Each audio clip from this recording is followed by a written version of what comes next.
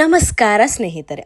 ಹಿಂದೂ ಪಂಚಾಂಗದ ಪ್ರಕಾರ ಚಂದ್ರನ ಚಲನೆಯ ಪ್ರಕಾರ ಹಿಂದೂ ಪಂಚಾಂಗ ನಡೀತಾ ಇದೆ ಅಂತ ನಿಮಗೆಲ್ಲರಿಗೂ ಗೊತ್ತೇ ಇದೆ.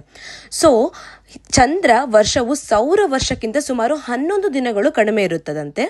ಈ ವ್ಯತ್ಯಾಸವನ್ನು ಸರಿಪಡಿಸೋದಕ್ಕೆ ಸುಮಾರು 2 ವರ್ಷ 8 ತಿಂಗಳಿಗೊಮ್ಮೆ ಒಂದು ಹೆಚ್ಚುವರಿ ಮಾಸ ಬರುತ್ತದೆ. ಆ ಹೆಚ್ಚುವರಿ ಮಾಸಕ್ಕೆ ಏನಂತ ಕರೀತಾರೆ ಅಂದರೆ ಅಧಿಕ ಮಾಸ. ಒಂದು ಹೆಚ್ಚುವರಿ ತಿಂಗಳನ್ನು ಅಧಿಕ ಮಾಸವೆಂದು ಕರೆಯುತ್ತಾರೆ. ಅಧಿಕ ಮಾಸವನ್ನು ಪುರುಷೋತ್ತಮ ಮಾಸ ಎಂದು ಕೂಡ ಕರೆಯುತ್ತಾರೆ. ಪುರುಷೋತ್ತಮ ಎಂಬುದು ಶ್ರೀ ಮಹಾವಿಷ್ಣುವಿನ ಒಂದು ಹೆಸರು. ಪುರಾಣಗಳ ಪ್ರಕಾರ ಈ ಮಾಸಕ್ಕೆ ಶ್ರೀ ಮಹಾವಿಷ್ಣುವಿನು ತನ್ನ ಹೆಸರನ್ನು ನೀಡಿ ವಿಶೇಷ ಮಹತ್ವವನ್ನು ನೀಡಿದನು ಎಂಬ ನಂಬಿಕೆ ಕೂಡ ಇದೆ ಅಂತೆ. ಸೊ ಈ ಅಧಿಕ ಮಾಸದಲ್ಲಿ ತುಂಬನೇ ದಾನ ಧರ್ಮಗಳನ್ನೆಲ್ಲ ಮಾಡ್ತಾರೆ, ಅದು ಬೇರೆ ವಿಚಾರ. ಅಧಿಕ ಮಾಸದಲ್ಲಿ ಮಹಾವಿಷ್ಣುವಿಗೆ ಅತ್ಯಂತ ಪ್ರಿಯವಾದ ಮಾಸ ಆಗಿರೋದ್ರಿಂದ ಈ ಮಾಸದಲ್ಲಿ ಜಪ ಜಾಸ್ತಿ ಮಾಡಿದರೆ ಒಳ್ಳೆಯದಾಗತ್ತೆ. ಜಪ, ಪಾರಾಯಣ, ದೇವರ ಸ್ಮರಣೆ ಆಗಿರ್ಬೋದು, ಹಾಗೂ ದಾನ ಧರ್ಮಗಳಿಗೆ ಹೆಚ್ಚುವರಿ ಆದ್ಯತೆಯನ್ನು ಈ ಮಾಸದಲ್ಲಿ ನೀಡಿದ್ದಾರೆ ಅಂತಲೇ ಹೇಳ್ಬೋದು. ಆಯ್ತಾ, ಈ ಹೆಚ್ಚುವರಿ ದಾನ ಎಲ್ಲ ಕೊಡುವುದರಿಂದ ತುಂಬಾ ಅವರಿಗೆ ಮನಸ್ಸಿಗೆ ಶಾಂತಿ, ಅವರ ಜೀವನದಲ್ಲಿ ಸುಖ ಸಮೃದ್ಧಿ ಎಲ್ಲ ಸಿಗುತ್ತದೆ ಅಂತ ಹೇಳ್ತಾರೆ. ಅದರಲ್ಲಿ ಮೇಯ್ನ್ ಆಗಿ ಅಧಿಕ ಮಾಸದಲ್ಲೇ ಇಂಪಾರ್ಟೆಂಟಾಗಿ ಕೊಡೋದು ಯಾವುದು ಎಲ್ಲರ ಮನೆಯಲ್ಲಿ ಅಂತಂದರೆ ಅಪೂಪ ದಾನ ಅಂತ. ಪ್ರಮುಖ ದಾನಗಳಲ್ಲಿ ಒಂದು ಅಪೂಪ ದಾನ. ಅಪೂಪ ಅಂತಂದ್ರೇನು? ಅಕ್ಕಿ ಹಿಟ್ಟು, ಬೆಲ್ಲ ಮತ್ತು ತುಪ್ಪದಿಂದ ತಯಾರಿಸಿದ ಸಿಹಿ ತಿನಿಸು. ನಮ್ಮ ಮನೇಲಿ ನೀವು ನೋಡ್ಬೋದು, ಇದರಲ್ಲಿ ಅಕ್ಕಿ ಹಿಟ್ಟನ್ನ ಮಿಕ್ಸ್ ಮಾಡಿದ್ದಾರೆ, ಬೆಲ್ಲ ಮತ್ತು ತುಪ್ಪ ಈ ಮೂರನ್ನು ಮಿಕ್ಸ್ ಮಾಡಿ ಒಂಥರ ಹಿಟ್ಟು ಥರ ಮಾಡಿಕೊಂಡು, ಗೋಧಿ ಹಿಟ್ಟು ನಾವು ಹೆಂಗೆ ಚಪಾತಿ ಮಾಡ್ತೀವಲ್ಲ ಆ ಥರ ಮಾಡಿಕೊಂಡು ಚಿಕ್ಕದಾಗಿ ತಟ್ಟುಬಿಟ್ಟು ಅದನ್ನು ಕರೆದ್ರೆ ಸ್ವೀಟ್ ಒಂಥರ ಅತಿರಾಸ ಅಂತಾರೆ. ಅದಕ್ಕೆ ಅನಾರಸ, ಅತಿರಾಸ ಅಂತ ಕೂಡ ಕರೀತಾರೆ. ಇದರ ಮೇಲೆ ಸ್ವಲ್ಪ ಗಸಗಸೆನ ಉದುರಿಸ್ತಾರೆ. ಆಯಿತಾ, ಈ ಏನು ಮಾಡ್ತೀವಲ್ಲ ಅತಿರಾಸವನ್ನು ಮಾಡಿಬಿಟ್ಟು ದಾನವಾಗಿ ಕೊಡ್ತಾರೆ.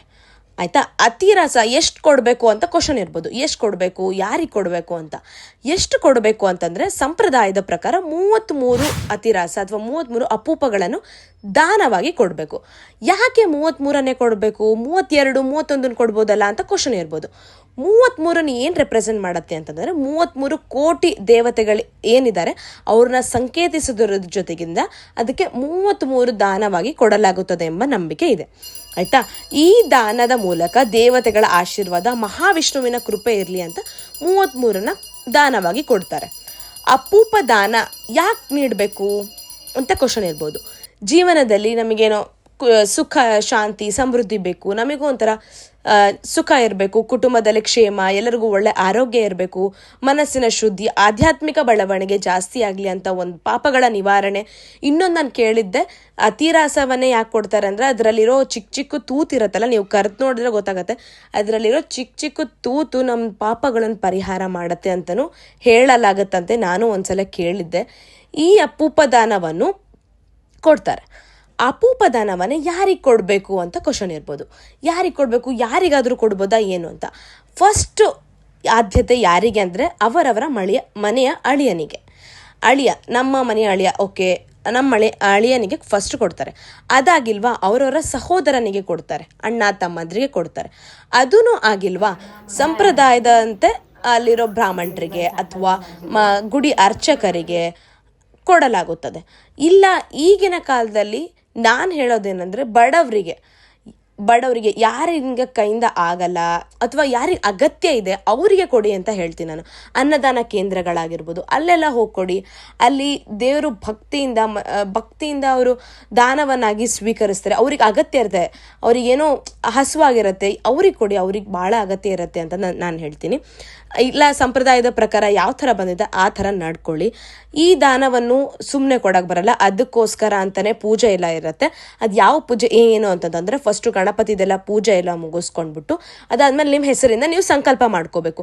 ನಾನು ಈ ಥರ ಇವರಿಗೆ ದಾನವಾಗಿ ಕೊಡ್ತಾ ಇದ್ದೀನಿ, ನಮ್ಮ ಅಣ್ಣನಿಗೆ ಈ ಥರ ದಾನವಾಗಿ ಕೊಡ್ತಾ ಇದ್ದೀನಿ, 33 ಅತಿರಾಸಗಳನ್ನು ಅಪೂಪ ದಾನವಾಗಿ ಈ ಅಧಿಕ ಮಾಸದಲ್ಲಿ ನೀಡುತ್ತಿದ್ದೆ ಅನ್ನೋದು ದೇವ್ರ ಹತ್ರ ಸಂಕಲ್ಪವನ್ನು ಮಾಡ್ಕೊಂಡ್ಬಿಟ್ಟು ಪೂಜೆ ಎಲ್ಲ ಮಾಡಿಕೊಂಡು, ಗಣಪತಿ ಪೂಜೆ ಮಾಡಿಕೊಂಡು 33 ಅತಿರಾಸ ಜೊತೆಗೆ ಇನ್ನೂ 2 ಅತಿರಾಸ ದೇವ್ರಿಗೆ ನೈವೇದ್ಯ ಅಂತ ಫಸ್ಟ್ ಇಟ್ಬಿಟ್ಟು ದೇವ್ರದೆಲ್ಲ ನೈವೇದ್ಯ ಎಲ್ಲ ಆದಮೇಲೆ ಆ ಅತಿರಾಸವನ್ನು ಹಂಗೆ ಕೊಡೋಕೆ ಬರಲ್ಲ.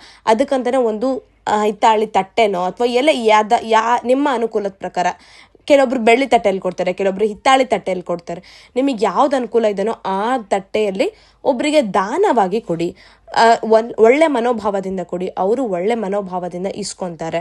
ಅವರಿಗೂ ಒಳ್ಳೇದಾಗಲಿ, ನಿಮಗೂ ಒಳ್ಳೇದಾಗಲಿ ಅಂತ ಅಂದ್ಕೊಂಡು ಒಳ್ಳೆಯ ರೀತಿಯಿಂದ ಕೊಡಿ ಅಂತ ಕೇಳ್ಕೊತೀನಿ. ಪೂಜೆ ಎಲ್ಲ ಮಾಡಿ, ಗಣಪತಿ ಪೂಜೆ ಎಲ್ಲ ಮುಗಿಸ್ಕೊಂಡು ದಾನವನ್ನು ಕೊಟ್ಟು ಎಲ್ಲರಿಗೂ ಒಳ್ಳೇದಾಗಲಿ ಅಂತ ಕೇಳ್ಕೊಡಿ.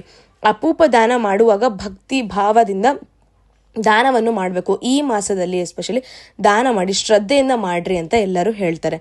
ಆಯಿತಾ? ಇದನ್ನು ಕೊಟ್ಟರೆ ಖಂಡಿತವಾಗಿ ಈ ಫಲ ಸಿಗುತ್ತದೆ ಅಂತ ಅಪೇಕ್ಷೆ ಬೇಡ. ನಮಗೂ ಒಳ್ಳೇದಾಗಲಿ, ಇಸ್ಕೊಂಡವ್ರಿಗೂ ಒಳ್ಳೇದಾಗಲಿ, ನಮ್ಮಿಂದ ಒಬ್ಬರಿಗೆ ಸಹಾಯ ಆಗತ್ತಂದರೆ ಏನೋ ಒಂಥರ ಖುಷಿನೇ ಅಲ್ವಾ? ಆ ರೀತಿ ಅಧಿಕ ಮಾಸದಲ್ಲಿ ಕೊಡಿ, ಅಪೂಪ ದಾನ ಕೊಡಿ. ಎಲ್ಲಕ್ಕಿಂತ ಶ್ರೇಷ್ಠ. ನೀವು ಅಪೂಪ ದಾನ ಬಿಟ್ಟು ಬೇರೆ ಏನೋ ಕೊಡ್ಬೋದಾ? ಕೊಡಿ, ಆರಾಮ ಕೊಡಿ. ಏನೋ ಪೇಡ ಕೊಡ್ಬೋದು, ಏನೋ ಸ್ವೀಟ್ ಕೊಡ್ಬೋದು, 33 ಬಾಳೆಹಣ್ಣನ್ನು ಕೊಡ್ಬೋದು, ಏನಾದರೂ ಕೊಡ್ಬೋದು. ಒಳ್ಳೆ ಮನೋಭಾವದಿಂದ ಕೊಡಿ ಅಂತ ಹೇಳ್ತೀನಿ. ಮತ್ತೆ ಸಿಗೋಣ. ನಮಸ್ಕಾರ.